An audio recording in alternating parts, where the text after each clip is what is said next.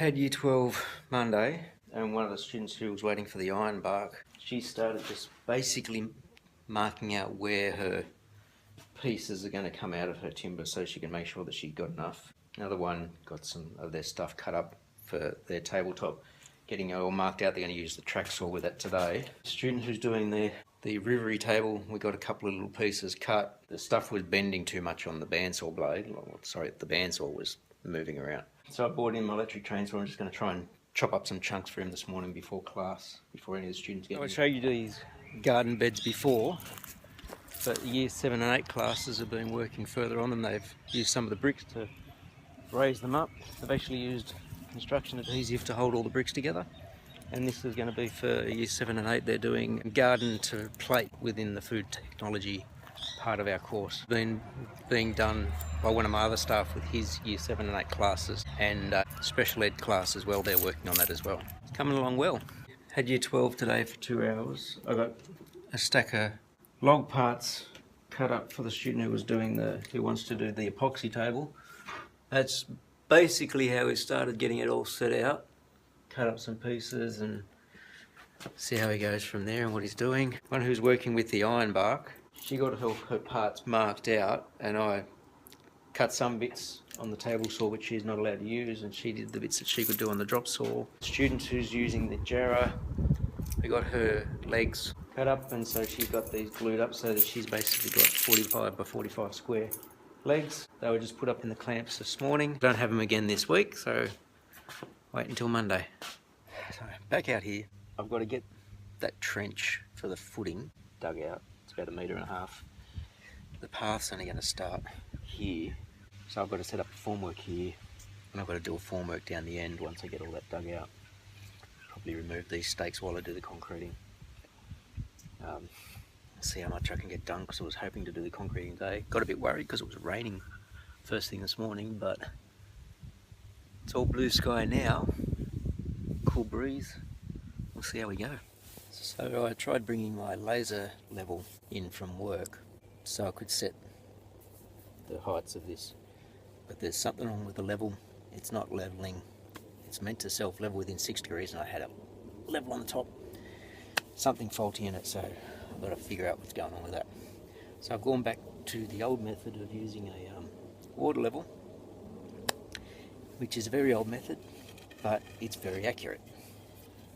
Basically, water will find its own level, no matter how far along. So I've got this plastic tube, you can see it attached to this stake here, and I've got it attached down the other end. You can see right down that end I've got the water tube attached to the other stake.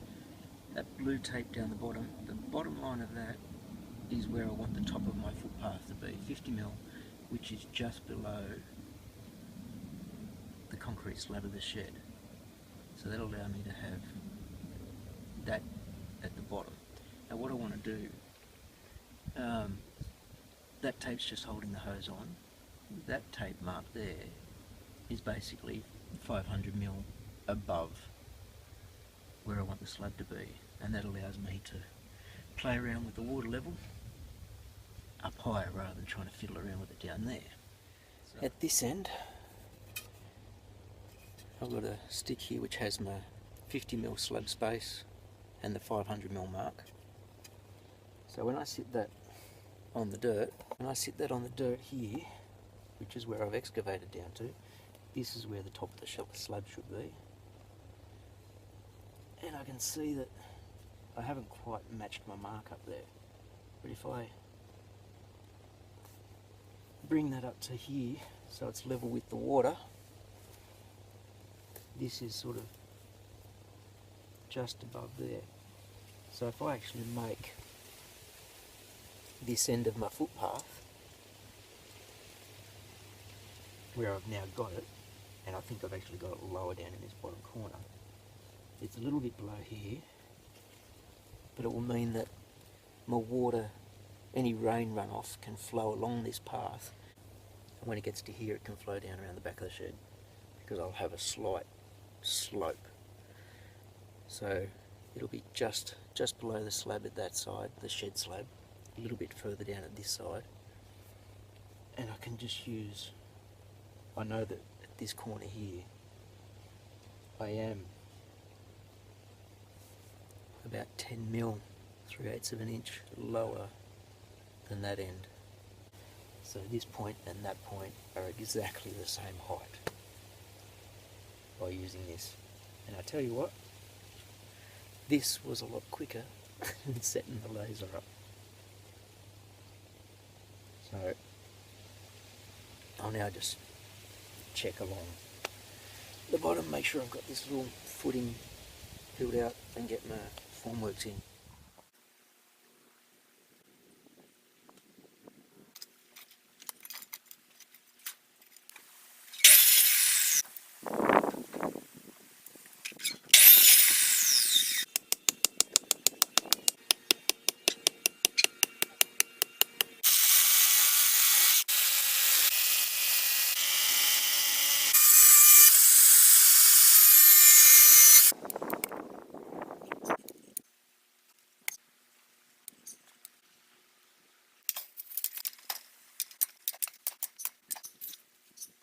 So I've got my formwork all in. So I've got a form down the ends for the end of the pathway, and then I've got this form here is mainly just so that I've got somewhere that I can sort of shoot a level across. Because I know that it needs to be just below this slab, but I needed a reference point on that side, and also allowed me to get all my Rio into the trench and everything at the right height. It's only a 50mm or 2-inch slab for the pathway, so that's why the Rio is only just being held up off the ground. For the trench, if I look straight down there,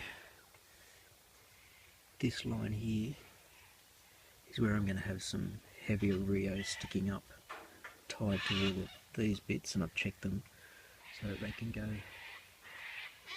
up through the better blocks for more reinforcement, so they'll come up about this high. And I hit a slight snag when I was digging. When I hit this bit here, this is the old sump pipe and the conduit for the power for the old septic tanks, because they would pump it out from the top of the street. And I hit that when I was trying to dig this trench out. It's all good, it's a steel pipe, but then I had to dig around it.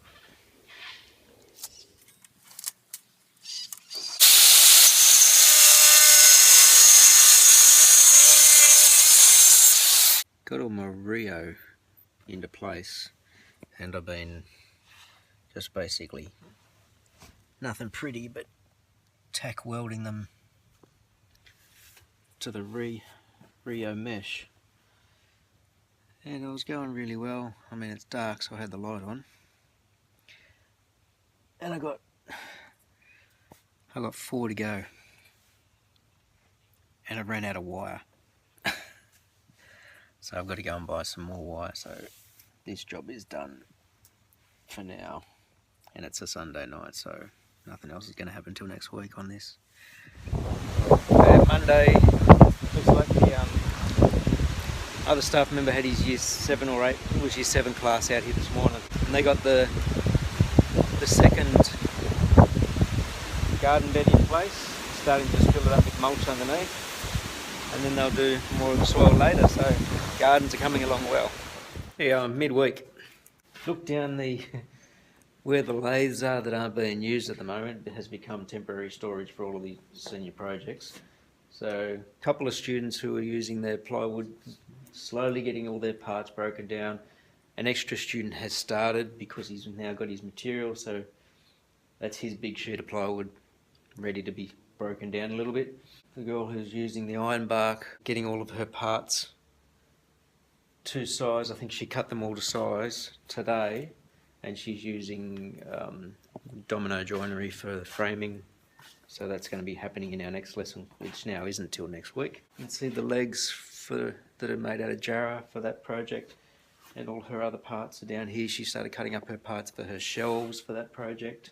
Can't remember if I showed you this, the island table.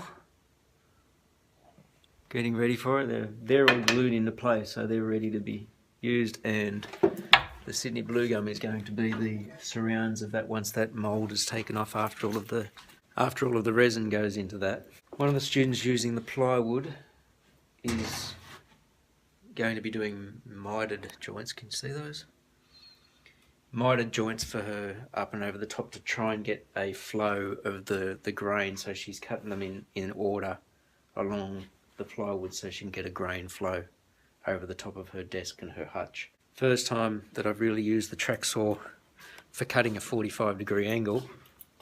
It's always just been used as something to break material down, a lot safer for breaking down large panels, but that took a little bit of fiddling because the 45 wasn't as a locking stop. It actually had a spot where you had to get it to and get it in place. We had cyclic maintenance come in today. That means, you know, the maintenance contractors for the Department of Ed come into your school once a year and go across all of your machines and basically check all your bearings, grease up things that need to be greased up. He replaced the thrust bearing on this bandsaw, and also some new, these ones have actually brass guides for the blade rather than a bearing either side. So he put new brass guides on that one. I think he said he cleaned up the brass guides on the one next door. Also had there were some other bearings that he replaced because there was a couple that he'd taken out and replaced for those. They look over the saw, they look over the lathes, and he goes through every one of our workshops and just checks things. He spent a bit of time today just looking at our thicknesser, put in some new blades and got them set up because ours had started to wear out, probably because of the jarrah, but also fiddled around with it to try and get it lined up a little bit better as well. It's a 15-inch Hafco and it's only got the straight blade, so it's quite loud when it's being used. Thursday Arvo. We have, my school is part of a college of 5 different campuses. Twice a term we get together with every other member of the similar faculty, so TAS faculties, and engage in some professional development. And today we went down to our senior campus. The head teacher there decided to run a little crash course in hardening and tempering, which, with all the knife and axe making that you see on YouTube at the moment, this would be good. The last time I've actually done any real heat treatment of steel or metals was the last time I taught a purely metal class, and that was at my last school, gosh, 17 years ago. So a little bit rusty on it, so it was good to do this. And the head teacher down at the senior campus, he does engineering, and he says he does this metals treatment stuff with the kids. And it was good. We all got little bits of steel that he prepared with a little stress line. Heated them up to red hot, quenched them, so they basically hardened. We then went through and slowly heated each one up and watched the colour progress, basically the tempering colours.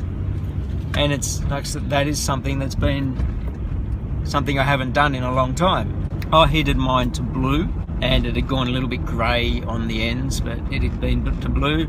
Another guy did one to purple, another guy just did one to brown. I think there was another one just done to a straw colour, and then there was one that was left just hardened. And once they'd cooled to room temperature, we put them in devices and hit them. And the hardened one, that hadn't been tempered, just shattered straight away, like split clean. And then we went through the rest of them. They did eventually all break. My one, which was the blue, took a little while and it was starting to bend, and some of the others they'd start to bend, and then when they actually broke, they shot off with a fair bit of force, but the fracture was a lot different, and it was really interesting to see. It was a really good task. I can see why he does it with his students, so they really understand the effects of hardening and tempering steel and the different tempering colours. It was really enjoyable, something that I've been interested in wanting to try and do more on, because we don't do very much metals at our school, but I got my training in metals and engineering, but you don't do it in that either. It's really much more an industrial tech course type thing. So year 12 have just finished setting their formwork up so it's level. We'll have to do a little bit more digging just to get the footing right. But that's the job for next week. It's Friday arvo. Time to go home. Saturday morning, and I've just spent time cleaning up this area because it was full of leaves and everything again. And then finished welding up all of the Rio that's standing up for the block wall. So I'm about to get ready to do that concreting now. So I've just got to set up the mixer and start and get some gravel down. It's been a long day getting this concreting done. Like I said, I've spent the time welding those Rio rods that you can see in the background. Welding those in position. Knocked some of them loose while I was doing the concreting because it turns out the wheelbarrow just fit between the shed and the posts, which meant it hit every rod of Rio on the way through. There's my path. A couple of little lines across the way, so it's basically like 4 little blocks. The grooves through the middle are there to help the water run across it, and also to help with expansion and contraction of the concrete. With the weather, will hopefully reduce the cracking, or the chance of it cracking. So this is where the starting point is. You can see I've got the Rio concreted in, my footings on this side. So that's fair sight deeper than the pathway. And the pathway is just set along there. Like I said, it essentially looks like 4 blocks right down to the end down there. And I've got it just lower, probably about a fingertip lower than the shed slab. And it slowly slopes down towards the far end so that rain will come down, and I dare say heavy rain will still probably hit that and wash under, but regular rain will hit there and go down there and then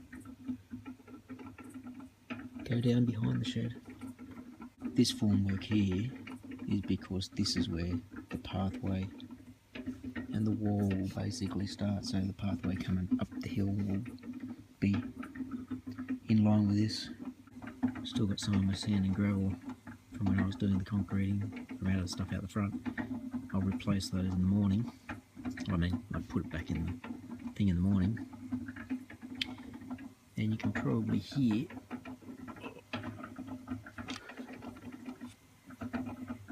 cement mix is still turning. I've still got to clean that out so it doesn't, it's got a little bit of concrete in there. And then I don't want it drying in there, so I've got to clean that out before I pack up for the night. And like I said, for the night, it's 5:45. Why do I do my concreting in winter? Cement mix is all cleaned up. Wheelbarrow's in behind there, you can see it. So it's all cleaned up. And I said I was going to do something about that tomorrow, but I'm going to have to do something with it now because I can't close the shed.